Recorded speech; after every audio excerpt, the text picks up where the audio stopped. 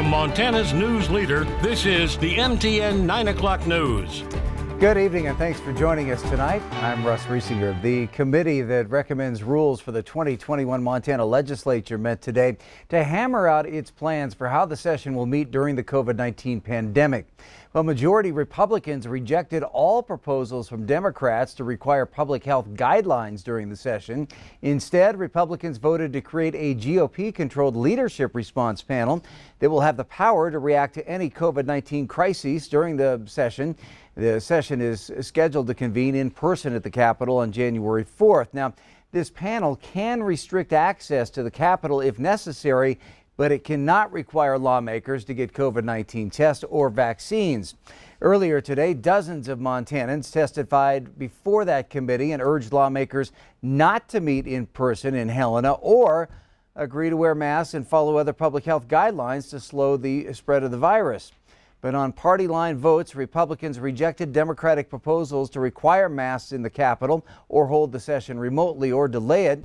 Republican State Senator Jason Ellsworth of Hamilton said members will get sick and it's possible they could die. But he says that could happen even if the legislature doesn't meet in Helena, and lawmakers need to get to work on the people's business, he says.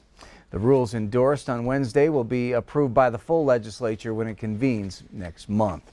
Well, a lawsuit testing the strength of a county COVID order wrapped up today in Bozeman. Gallatin County took on the famous Rockin R Bar for staying open past 10 o'clock. And as MTN's Annie Johnson reports, it appears the local health department won. The judge made her ruling in the case with the Gallatin County Attorney and the Gallatin County Health Department against the Rockin R Bar. Let's head to the courtroom for more.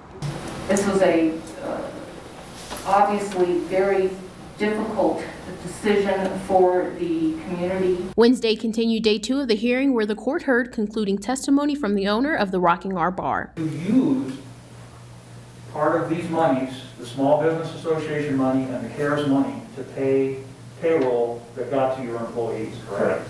And you're no longer able to ask for that money because you decided that you weren't going to follow the 10 p.m. closure rule. In all due respect, I don't agree with that assessment. After Hope testified for several hours between the attorneys, closing arguments were made.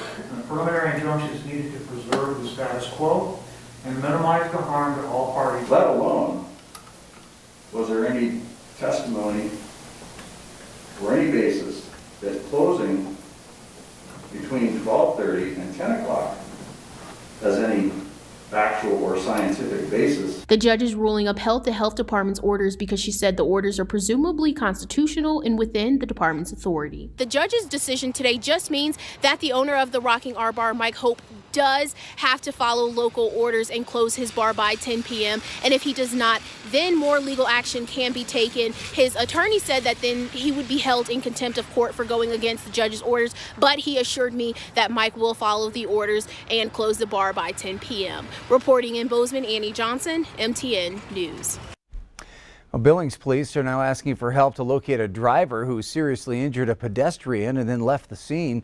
A vehicle was damaged on the front driver's side and left car parts where the impact happened about 2 weeks ago. Officers followed a trail of radiator fluid and believe the vehicle traveled west on Central Avenue to 32nd Street, then to Gable Road onto Zoo Drive and across the interstate to Elysian Road. Police want to hear from mechanics who may recognize what kind of car those parts are from, or any residents who might have surveillance cameras. Now, if you have any information on this, you're asked to please call police. Since frontline healthcare workers across the state started getting the COVID-19 vaccine yesterday, health authorities report another 10 Montanans have died due to the virus. 7 of those victims are from Flathead County, and Yellowstone, Lewis and Clark, and Ravalli counties each reported 1 death today. Also today, the total number of confirmed cases across Montana surpassed 75,000. Billings school students identified as contacts of someone who tests positive for COVID-19 will spend less time in quarantine. Instead of a 14-day period, students will be able to return to class after 10 days.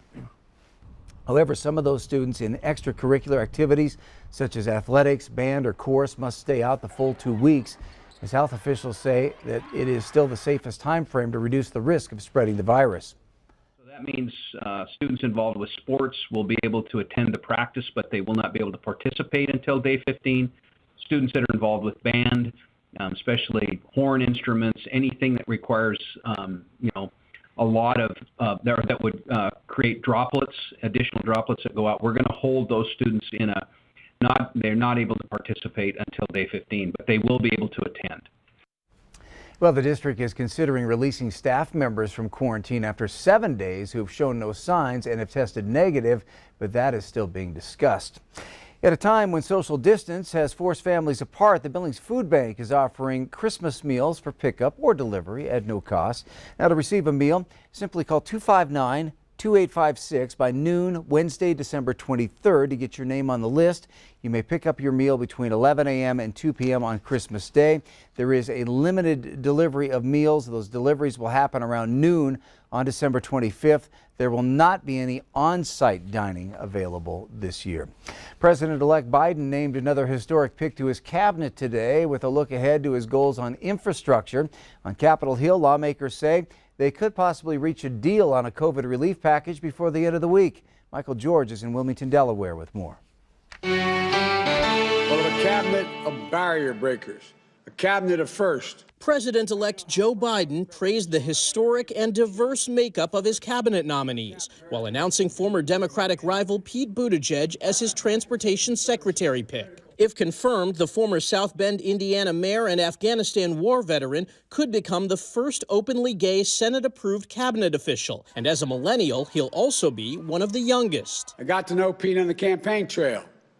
He's one of the smartest people you'll ever meet and one of the most humble. As transportation secretary, Buttigieg will be expected to lead the way on improving the nation's infrastructure. Americans shouldn't settle for less than our peers in the developed world when it comes to our roads and bridges, our railways and transit systems. The president-elect says plans are underway for him to take the COVID-19 vaccine publicly soon. I don't want to get ahead of the line, but I want to make sure that we demonstrate to the American people that it is safe to take. Mr. Biden also praised lawmakers on Capitol Hill as both sides say they're close to an agreement on a $900 billion COVID relief package. The bill could include another round of direct payments for many Americans. The American people need more help. It's that simple. This won't be the last time Congress speaks on COVID relief. The president-elect says the proposed package is an important down payment, while hinting that more action may be needed after he takes office next month. Michael George, CBS News, Wilmington, Delaware. A transition official says the president-elect could receive the coronavirus vaccine as soon as next week. Meanwhile, multiple sources tell CBS News that President-elect Biden is expected to nominate former Michigan Governor Jennifer Granholm for Energy Secretary. Well, as we move closer to the holidays, mail carriers are expecting a big increase in deliveries. We sent Q2 Shaquille Cozart out to the Pioneer Station Post Office today to see just how many packages need to get under the tree before the holiday. Well, with the COVID-19 pandemic causing more people to shop online this year, the United States Postal Service is experiencing a higher volume in package deliveries.